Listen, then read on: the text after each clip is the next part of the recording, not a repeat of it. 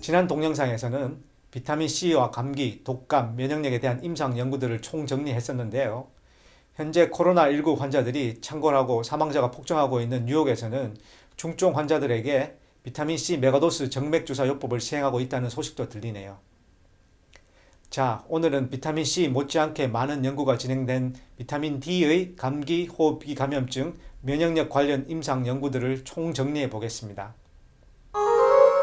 30년 전만 해도 비타민 D는 뼈 건강 정도에만 도움되고 권장량 이상 복용하면 가장 독성이 강한 비타민으로 알려져 있었는데, 그 이후로 아주 많은 임상 실험들이 진행되면서 지금은 마치 천동설이 지동설로 뒤집어진 것처럼 상황이 완전 달라졌습니다.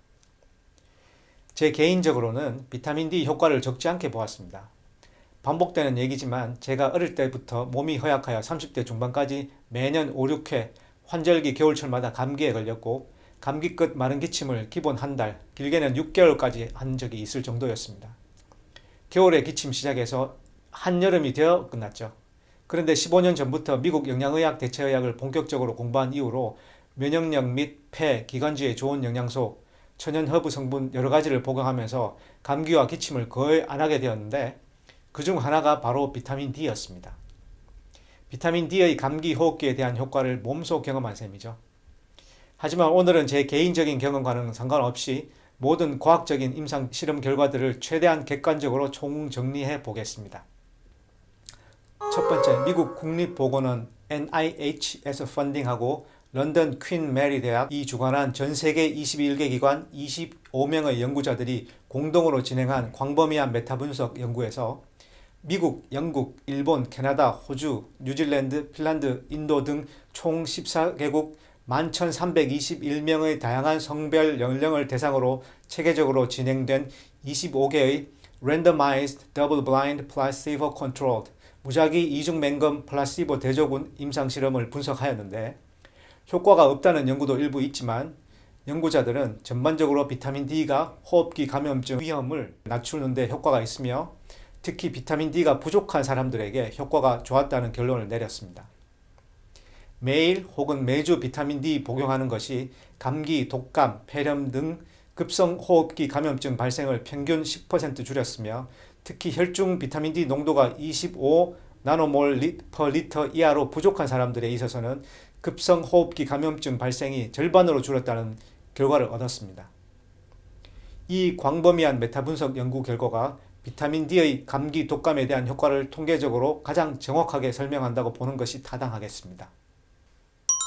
두 번째, 미국 지역사회 건강과 전염병학 저널에 발표된 이스턴 핀란드 대학의 분석 연구에 따르면 1998년에서 2009년 사이에 1421명의 핀란드인의 혈중 비타민 D 농도와 폐렴 입원 병원 기록을 분석해보니 비타민 D 혈중 농도가 낮은 사람이 높은 사람에 비해 폐렴에 걸릴 위험이 2.5배나 높았습니다. 세 번째, 1988년에서 94년 사이에 18,883명의 미국인을 대상으로 진행된 국민의 건강과 영양상태 설문조사 결과들을 분석한 2009년의 한 연구에서 혈중 비타민 D 농도가 30 나노그램 per 밀리리터 이하인 사람들이 비타민 D가 충분한 사람들보다 상기도 호흡기 감염증이 더 많이 걸리고, 혈중 비타민 D 농도와 상기도 호흡기 감염증 발생 빈도와 반비례한다는 사실을 밝혀내었는데, 천식 또는 만성 폐질환 환자들이 이러한 상관관계가 더 강했습니다. 네 번째, 2002년에 핀란드 군인 800명의 혈중 비타민 D 농도를 측정한 후에 6개월간 호흡기 감염증으로 인한 결석일수와의 관련성을 조사하였는데, 비타민 D 혈중 농도가 40 나노몰 per 리터 이하인 군인들이 그 이상인 군인들보다 호흡기 감염증으로 인한 결석일수가 배로 많았습니다.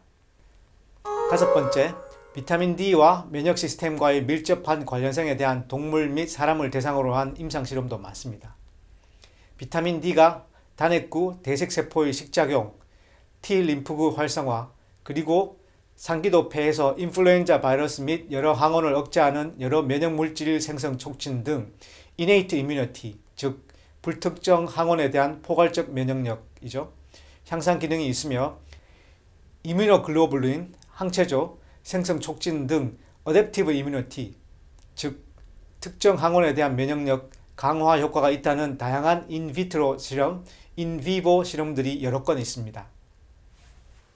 여섯 번째, 인플루엔자 조류독감 바이러스에 감염 시 폐에서 대식세포가 과다한 사이토카인을 분비하여 치명적인 결과를 유발하는 경우가 있는데, 비타민 D가 이러한 대식세포의 과다한 사이토카인, 키모카인 분비를 조절하고 억제하는 기능이 있다는 연구가 여러 건 있습니다. 일곱 번째, 그리고 여러 면역세포들의 과도한 면역반응을 조절하여 루푸스, 류마티스 등 자가 면역 질환에 도움될 가능성이 있다는 인비트로 실험, 인비보 임상 실험도 여러 건 있습니다. 여덟 번째, 항생제가 개발되기 전에 폐결핵 환자들 및 여러 감염증 환자들 치료를 위해 비타민 D가 많이 사용되었습니다. 19세기 중반에 영국, 스코틀랜드, 미국의 여러 의사들이 폐결핵 환자에게 비타민 D가 풍부한 대구 어간류를 처방하여 상당한 치료 또는 호전 효과를 보았다는 의학 저널 기록이 여러 건 남아 있습니다. 아홉 번째, 2010년에 미국 임상영양학 저널에 소개된 한 체계적인 임상 연구 결과에 의하면 2008년 12월에서 2009년 3월까지 4개월 동안 일본의 12개의 병원에서 334명의 초등학생 어린이를 대상으로 진행한 더블 블라인드 플라시보 컨트롤드 임상 실험에서 하루 1200IU의 비타민 D를 복용시킨 그룹이 플라시보 그룹에 비해 A형 인플루엔자가 42% 적게 발생했다는 결과를 얻었습니다. 비타민 D 그룹은 167명 중에 18명이, 플라시보 그룹은 167명 중 31명이 A형 인플루엔자에 걸렸습니다. 열 번째, 비타민 D가 감기 독감에 효과가 없다는 임상 연구도 적지는 않습니다. 2009년 영국 캠브리지 대학 프레스에 발표된 한 이중 맹금 위약 대조 임상 실험에서 162명의 성인에게 12주 동안 하루 비타민 D 2000IU를 복용케 하였는데, 비타민 D 복용 그룹이 플라시보에 비해 비타민 D 혈중 농도는 올라갔지만 상기도 감염증 횟수, 앓는 기간 및 정도의 차이가 없었다는 결과를 얻었습니다. 11번째, 2012년에 자마에 발표된 연구인데 2010년 2월부터 18개월간 뉴질랜드의 건강한 성인 322명을 대상으로 한 이중 맹금 플라시보 대조군 임상 실험에서 비타민 D를 첫 달에 20만 IU 1회, 그 후 18개월 동안 매달 10만 IU 1회씩 복용케 하였는데 플라시보와 상기도 감염증 횟수, 앓는 정도의 차이가 없었습니다. 12번째, 마지막으로 중요한 내용입니다. 비타민 D의 효과 유무 연구 비율 관련하여 이태리 파비아 대학의 응용과학부 교수 및 연구원 10명이 진행하여 2018년에 미국 근거중심 대체의학 저널에 발표된 연구를 잘 살펴볼 필요가 있습니다. 이 광범위한 분석 연구에서 감기 등 상기도 감염증과 면역력 관련 영양소 4가지 관련 전 세계에서 진행된 82건의 체계적인 사람 대상 임상 실험, 주로 이중 맹금 플라시보 대조군 임상 실험이었습니다. 들을 면밀히 분석하였는데 비타민 D와 감기 등 상기도 감염증 관련 임상 연구 15개 중 예방 혹은 빠른 회복 효과가 있다는 임상 실험이 10개, 효과가 없다는 임상 실험이 5개로 효과가 있다는 연구가 배나 많았습니다. 전 세계 모든 비타민 D와 감기, 독감, 폐렴 관련 임상 연구에 대한 정확한 통계는 나와 있지는 않지만 대부분의 광범위한 메타분석 연구들을 개략적으로 종합해 봤을 때 효과가 있다는 연구수가 없다는 연구수의 2배 이상일 것으로 추정됩니다. 이것은 대부분의 중요한 임상 연구 분석 논문과 자료를 검토하면서 느낀 제 감이지 정확한 통계적 근거가 있는 것은 아닙니다. 비타민 D가 효과가 없다고 얘기하는 전문가나 뉴스 기사가 비타민 C에 비해 훨씬 적은 이유가 효과 있다는 연구의 비율이 비타민 C에 비해 상당히 더 높기 때문이 아닐까 추측해 봅니다. 비타민 D의 체계적인 임상 연구들 총정리는 이 정도로 하고요. 지금부터는 오래전부터 임상 최전선에서 비타민 D를 활용하고 많은 대중들에게 비타민 D의 필요성과 효용성을 강력하게 주장해온 열린 의사분 2분 얘기를 소개해 드리겠습니다. 마이크 홀릭 박사, 보스턴 의대 교수이자 연구 책임자로 20년 이상 미국 전역 및 전 세계를 순회하며 비타민 D와 주요 성인병과의 관련성 및 필요성에 대해 강의하고 있는 전 세계 비타민 D 원조입니다. 제 개인적으로 2015년에 캘리포니아 애너하임에서 이분 세미나에 참석하여 감동을 받은 적이 있습니다. 비타민 D가 결핍된 사람들이 매우 많으며 비타민 D가 결핍되면 감기, 호흡기 건강, 면역력뿐 아니라 암, 심혈관계 질환, 당뇨, 치매, 인지기능, 류마티스성 관절염, 근육 이상 위험이 높아지며 충분히 섭취할 경우 이러한 질병들 위험이 낮아진다고 주장합니다. 옷을 벗고 일광욕 하지 않는 한 현대인의 야외 활동으로는 비타민 D 생성이 충분히 안 되고 특히 겨울철에 결핍이 심해지므로 어른은 하루 2000IU, 어린이들은 하루 1000IU 섭취를 권장합니다. 훨씬 더 많이 복용해도 부작용이 없다고 주장합니다. 두 번째, 임대순 박사님. 미국 캘리포니아 LA에서 내과 전문의로 활동하고 있으며 한국계 의사 중 비타민 D 원조입니다. 비타민 C에 이왕재 박사님이 계시다면 비타민 D는 임대순 박사님이시죠. 제 개인적으로 2014년에 이분 비타민 D 세미나에 참가한 바 있습니다. 비타민 D가 골다공증, 면역력 정상화, 암 발생 위험 낮추는 데 필수적이고 대부분의 암의 예방 효과가 있으며 특히 대장암, 유방암, 전립선암 순으로 효과가 있다고 주장합니다. 많이 복용해도 부작용은 없으므로 하루 5000IU 복용 권장합니다. 자, 결론입니다.